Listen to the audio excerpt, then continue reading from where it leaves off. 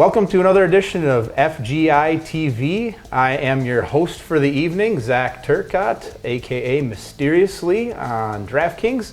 We've got a very special night tonight. We've got a co-host. We've got Moose Metzger here, a founder of Mooseonomics, as many of you have probably been seeing for over the last few months. And he just recently moved on over to Project Roto. You want to give us a little update on how that's going for you? Yeah, actually it's going great. I'm over at a great team with Project Roto. I'm working with David Frey, otherwise known as at Jabberwock, and Perry, who's now hit the high draw. They both put together a lot of great content. I create a spreadsheet that just makes it real easy to build your lineups, manage your player exposure. I really think it's a great way to kind of find those values and the things that are going to set you apart from, a lot of the field. Yeah, I think it's really kind of inspired the rest of the industry. It's been a real user-friendly kind of model for folks to get on. It's got all the statistics there that he's able to pull every week, tournament history. So a lot of those things are really easy to weight, really easy to organize. So it was a nice tool for us over at the Fantasy Golf, and we're just sad that it's no longer free anymore. So a little bit of a drawback, but hey, it's making you a few dollars. So we're happy to see your success. And I think the big lesson here overall for folks is that Minnesota really is kind of becoming the fantasy golf capital here. I mean, we've got myself, we've got Jeff, we've got you, we've got Perry. So kind of a little mecca here in Minnesota. So, I mean, we don't get to play a lot of golf. Minnesota, the new Canada. yeah, I guess I don't know if that's a good thing. I don't either. But. So, so Jeff is on vacation this week. He's sitting back. He's sipping drinks on the beach. He's watching from far away. I mean, that's kind of what he usually does. So he's down in St. Martin, so we can all kind of hate on him for a little bit tonight. But we still wanted to do the show. We wanted to get together, talk a little bit about the upcoming event here, the OHL Classic at Mayakoba, recap what we went over last week out in China, and just kind of talk some golf and sip a little bit of whiskey. So we're going to get right to that tonight. Again, if this is your first time with us, please be sure to check out our website at www.fantasygolfinsider.com. Find us up on YouTube, FGI TV, and if you have not already subscribed, go ahead, click that subscribe button, get yourself on there every week. We'd love to have you, and we want to continue to build our audiences. We found this has been a great way for us to interact with a lot of our subscribers that are out there. So that's kind of what we've got going for tonight. We want to give a couple of quick shout outs before we get too far into things. Roger Casey, our very own Roger Casey, he's all grown up, and he's all grown up tonight. He won the $9 GPP DraftKings $20,000 guarantee over the weekend. I think he put in only about 10 or 11 lineups in all, but using his brilliant picks was able to take it down for a $1,500 win. So that was nice. If you have not been reading Roger's column on Fantasy Aces, you are severely missing out. Roger does a fantastic job week in and week out of compiling all the data on a lot of players. He gets a lot of under the radar players too, so he gives you a lot of great ideas that not necessarily the rest of the field is on. So make sure every week, if you haven't checked out his column, to do so, and also to make sure that you do check out Fantasy Aces when you get the chance. Speaking of Fantasy Aces, I wanted to give a quick shout out to our winner of our first free roll that we did over there. MFang22 took down first place. Keith Wire, also known to us as Bull Wire, took second, and Dollar Bill took third. So congrats to everybody who participated over there. Hopefully you guys got the chance to see what a great product they have over there and enjoyed the free roll. Hopefully we'll be able to do a few more of those as time goes on. So check that out if you haven't already, and try out their contest. I think they have kind of a unique system of scoring, so it's something that's definitely worth taking a look at. And now we get to our favorite segment of the week, the shot of the week. A guy who burned about 33% of the field last week. Did you own Adam Scott last week? I owned Adam Scott. I also took him in my one and done, and it's like, oh, he's on form. It's a WGC event. It should be all right. And we've given him the finger here before. He's been a guy who's been wildly inconsistent over the last year. I mean, one week he's minus 25. He's in contention to win the whole thing. Out in Malaysia, he goes up to China and he completely falls off the face of the earth.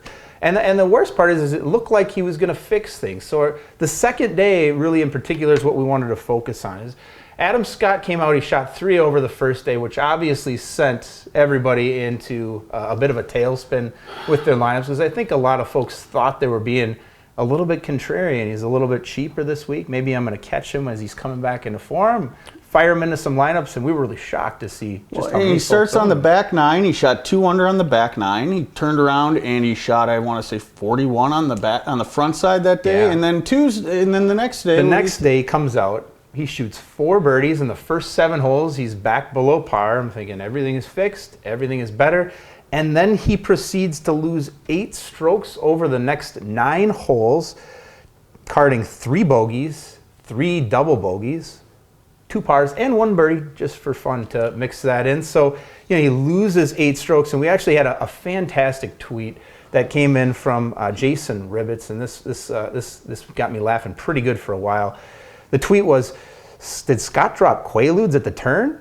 Hi, I'm front 9 Adam Scott, and I have DirecTV.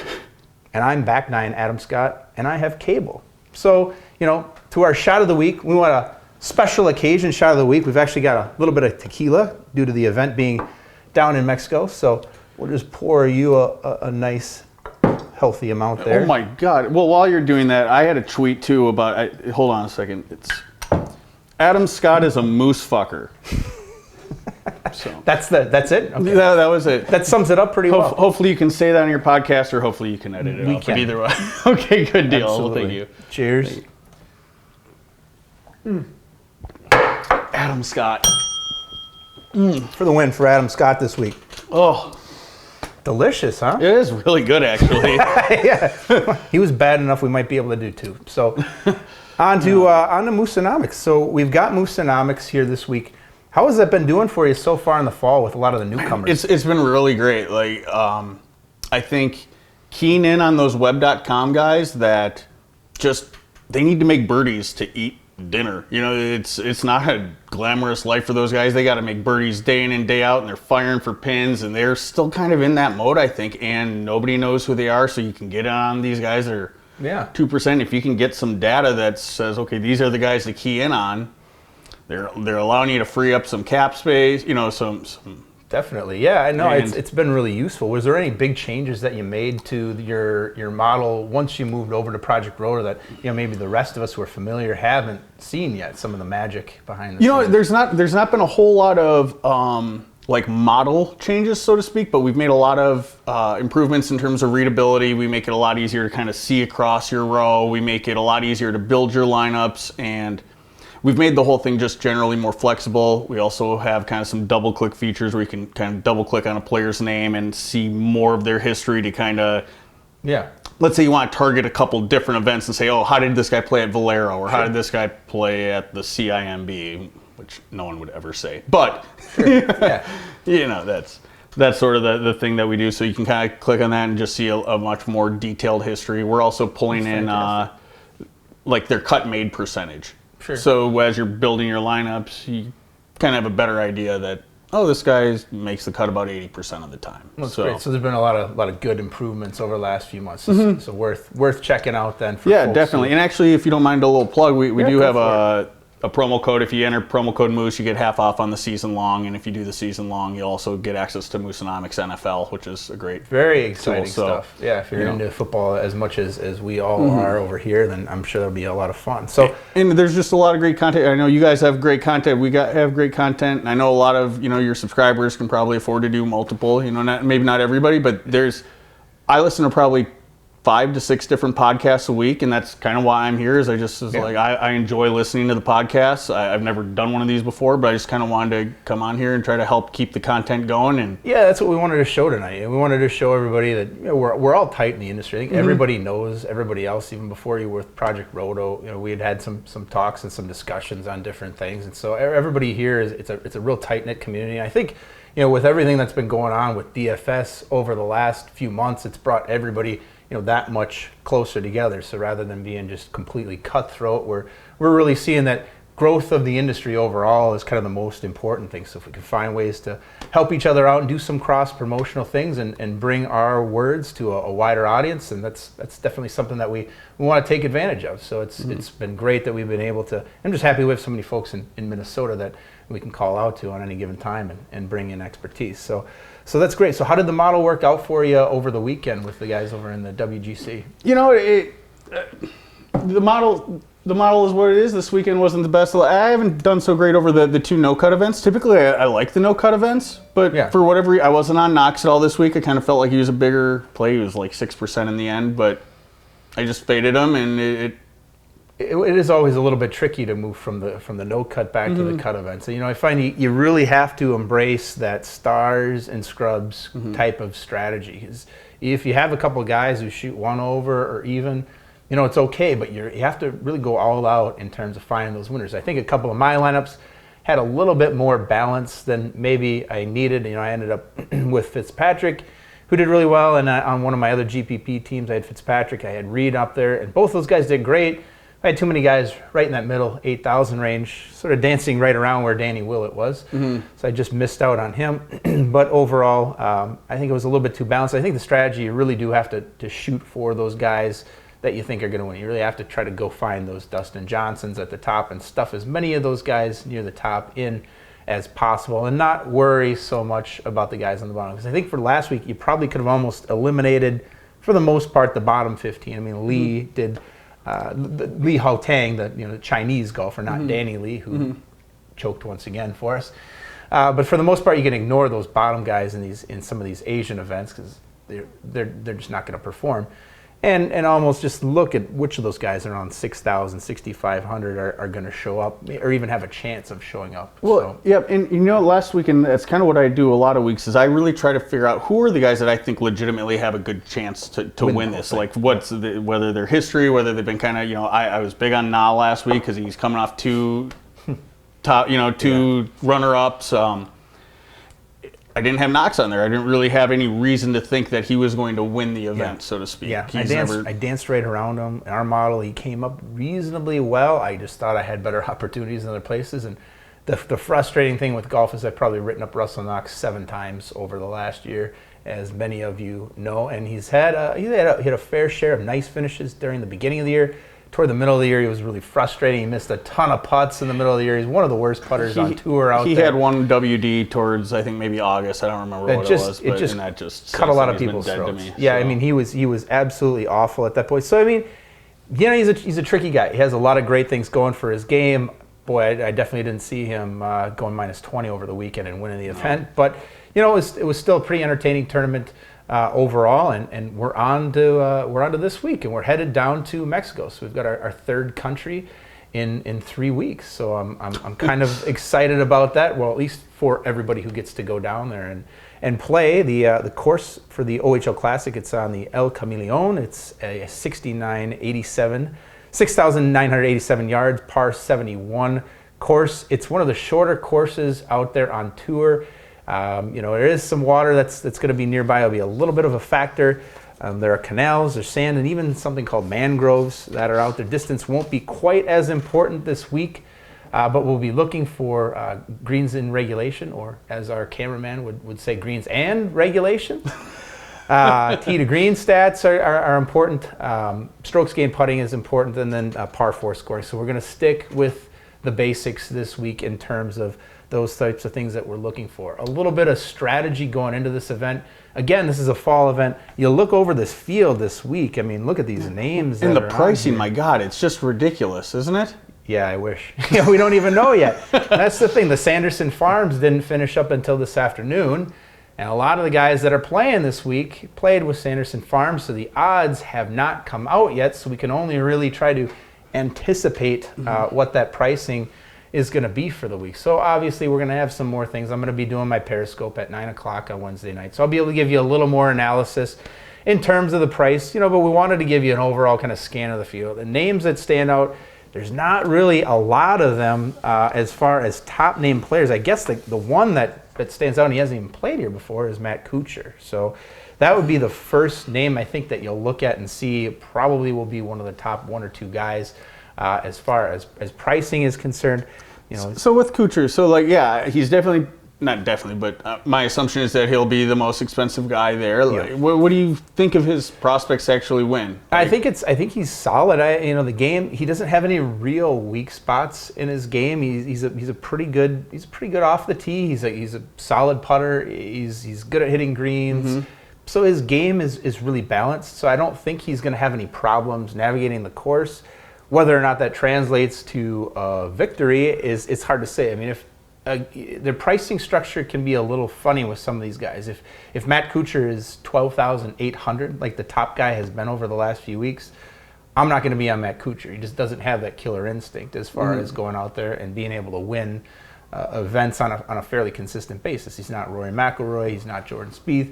He's not Jason Day. So if he is the top guy and his price is somewhere near 12,000, I'm probably not going to be owning him this week, just because the likelihood of him actually paying off that price for this event isn't good enough for me to put that much salary into him. So I think he'll play well. I just don't think he's going to win the event this week. The odds are not against. Or the odds are not for him. That's kind of my thought on him too. Does he T10? Or is he top 10 or better? Yeah, that sounds about right what we're going to get. And so if you can find somebody that you feel confident where you can roster, if you find somebody who's undervalued to go along with somebody who's overvalued, it might be a good play. Matt Kuchar makes about 90% of the cuts or more that he's in. Very good cut maker, yep. Yeah, so... And a lot of times just having somebody getting through is a pretty big deal, and he's kind of a good guy to kind of hold on to. So it's just going to cost you a lot. And absolutely. If he's in that 11, 5, 12,000 range, you have to start digging down in the lower 7,000 range. And we don't really know who's going to be down quite that low this week. So more than likely, I'll probably stay off of him. And at the end of the day, is he really going to give you an advantage by rostering him? Right. And that gets you to the other guys who are going to be a little bit on the higher side. There's really not that many guys to work with. But another guy who I do like, if the price ends up being right, probably would be Jason Bone. He's the first guy that that really sort of stood out in terms of course history, in terms of statistics, and just in terms of his form overall. He's already got a second and a third this year.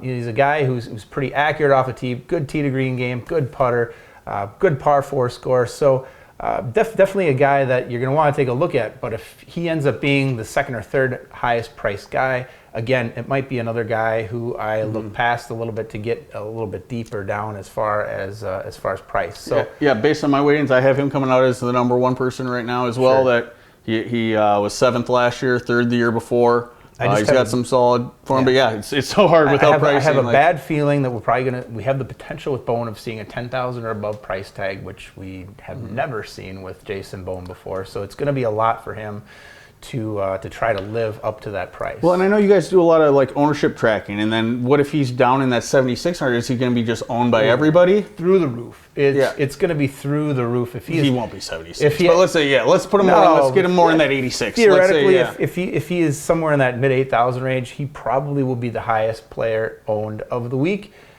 And if I'm sticking with my GPP strategy of trying to stay away from some of those guys, I'll probably stay away from them a little bit. And the philosophy with that is really just that, his likelihood of repeating another top 10 finish, it's okay, but not necessarily great. He's probably not going to miss the cut either, but odds are his finish will probably be someplace between 15 and 30, somewhere in that range.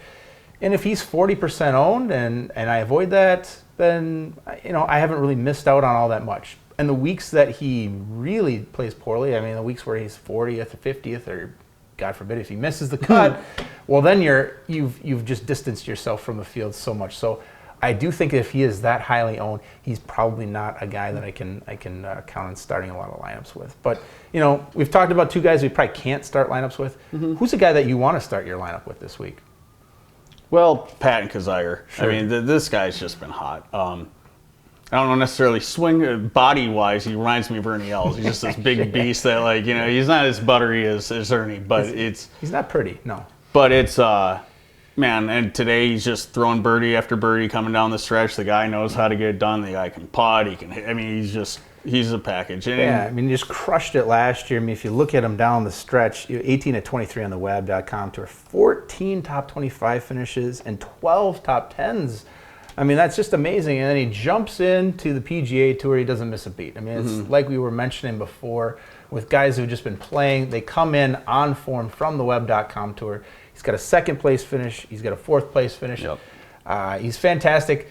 You know, I think people are going to know about him now. There's not going to be very many folks who are not on him at this point, but I think he's still worth a play this week. I think he's a guy that you can definitely start a lot of lineups around. I'll be interested in seeing where he comes out in terms of the pricing. I would expect mid to higher 8,000s this week, though, for Patton. I bet he's going to be higher than that. I mean, that's just my guess. I think that, well, the two things. I think that he's starting to get a little bit more known throughout the people in the industry. I think I was expecting that first week out at, was it the Shriners, that I think he had maybe 6 to 8% ownership only, and I thought he was going to be a lot higher than that because the price was right. I don't know what percentage of people were like at their computer refreshing the screen for the Sanderson Farms tournament this week. So, you know, just me. Well, I sure was too. But yeah, so there's a chance he could be up in that 25 thing. I bet 12 to 14 is probably more. Potential is good. I mean, and that really goes for why you do want to play in the fall. I mean, if you track the Web.com Tour like we do all the way through the playoffs and in the fall, when these events come up, it's not a surprise. I mean, you look at some of these guys coming into these events and week after week, whether it's Griot, whether it's Smiley Kaufman, whether it's Kazire, we've seen these guys succeed, and they come in and typically they end up doing really well in the fall. So I think, you know, Patton is definitely a guy that you're going to be able to build around for the week. So I think that would definitely be a good starting point as far as, you know, that's concerned. Maybe looking a little bit lower, who do you like kind of in that middle range? Who is going to actually be somebody who's a little bit maybe under the radar? Well, I guess I don't know what the middle range is going to be this week, obviously, you know, but that's certainly true. You know, there's.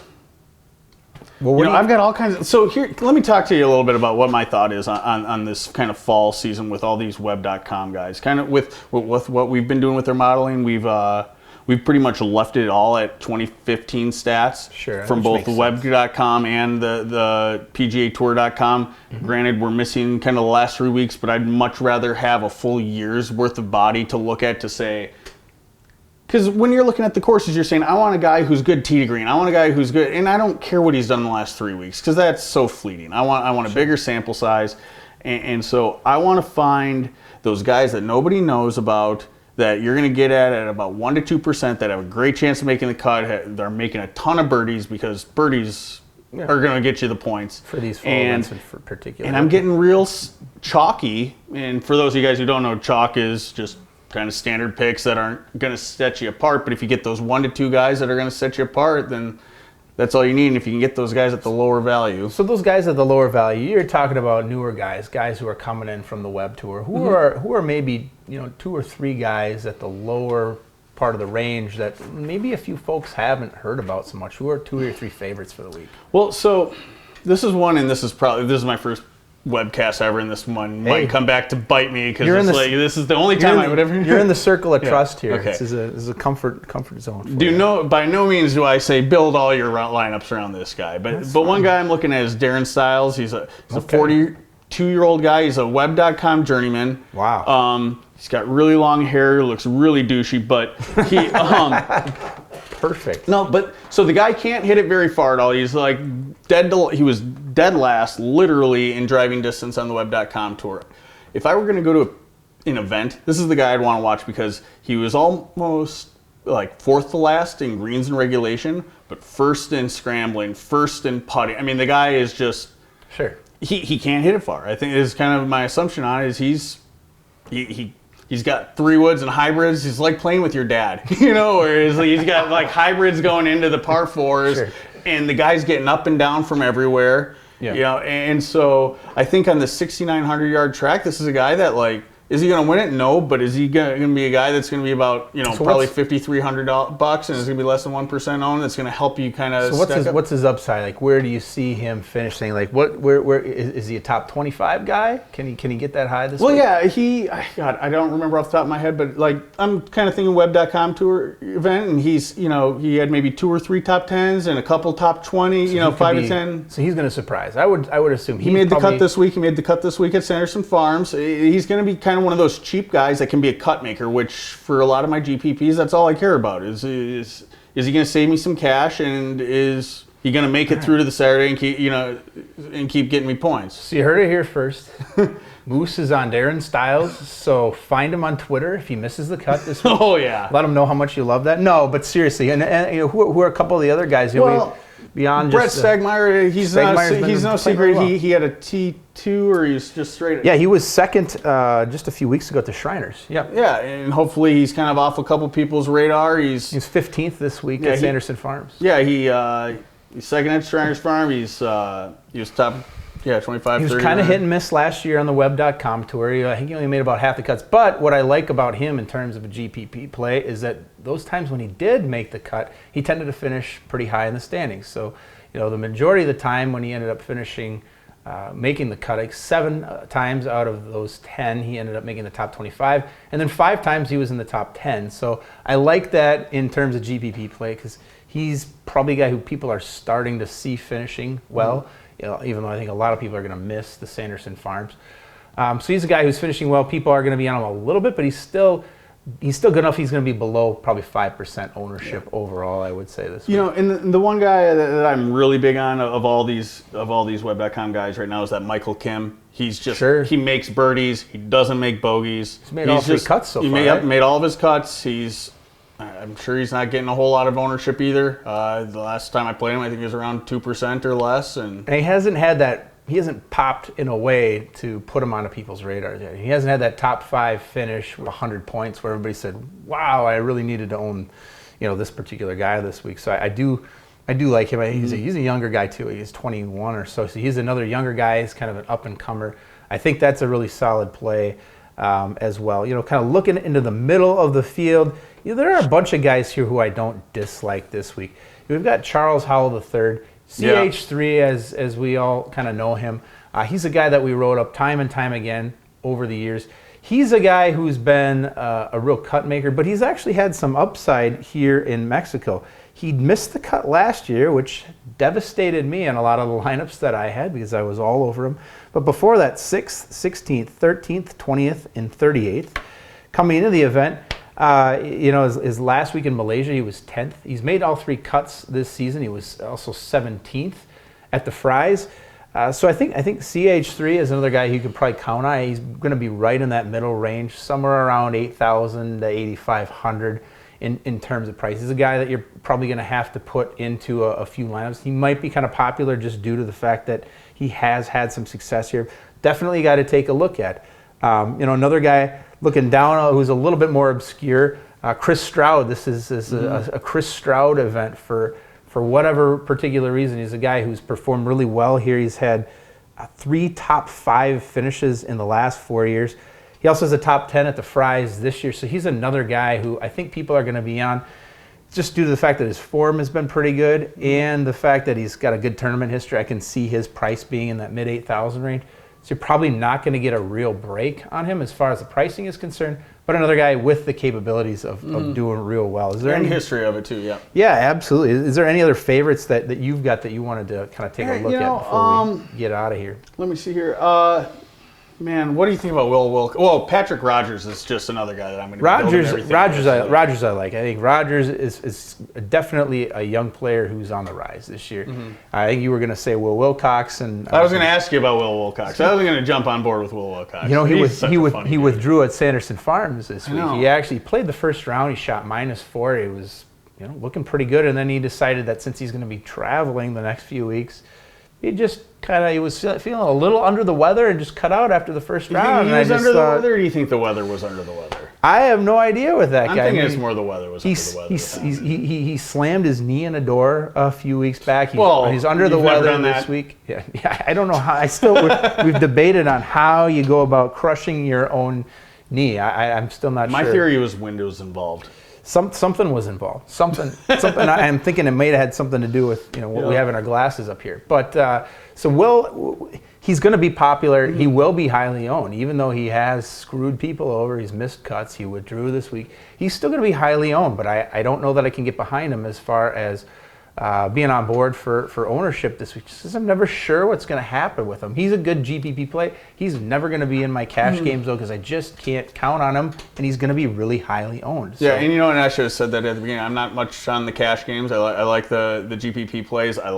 I like birdie makers. I love going in. That guy makes birdies. He's awesome at par fives. I know there's only 3 of them here, I believe. It's more fun. It's just more. Yeah, there's only 3 par fives this week. So yeah, it is more fun with the GPPs. You kind of roll the dice and see if you can pop one for a big win. So I think Wilcox will be still a good GPP play, and he's one of those guys you can pop any week and be in the top 5. So you know the upside certainly there. And you kind of mentioned Patrick Rogers. Yeah, he's been a guy who's great off the tee. I think we're going to see his tee to green game improve.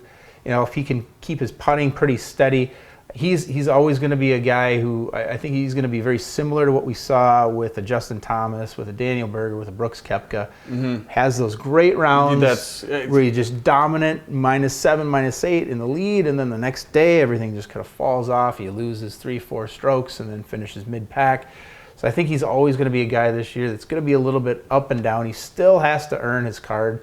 So you know, he's definitely a guy to watch this year. But I think this week he did finish 37th last year, and he has been playing pretty well so far this year. He took 20th at Sanderson Farms, 13th at the Shriners, 6th at the Fry's. So he's already off to a great start this season. So I think he is a guy who you'll be able to build your lineups around quite a bit this week. So he's going to be a more expensive guy. He's going to be more highly owned, but definitely a guy with the potential to do real well. So I think that's probably where we'll cut off our recommendations. If you want more, you know where to find us. You know, check out Project Roto with everything that they've got over there.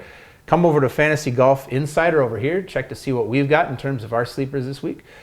Eric's working away over here in the corner. He's grinding away at all the statistics for us. He's building our model, so we hope that will be ready by the beginning of calendar year 2016.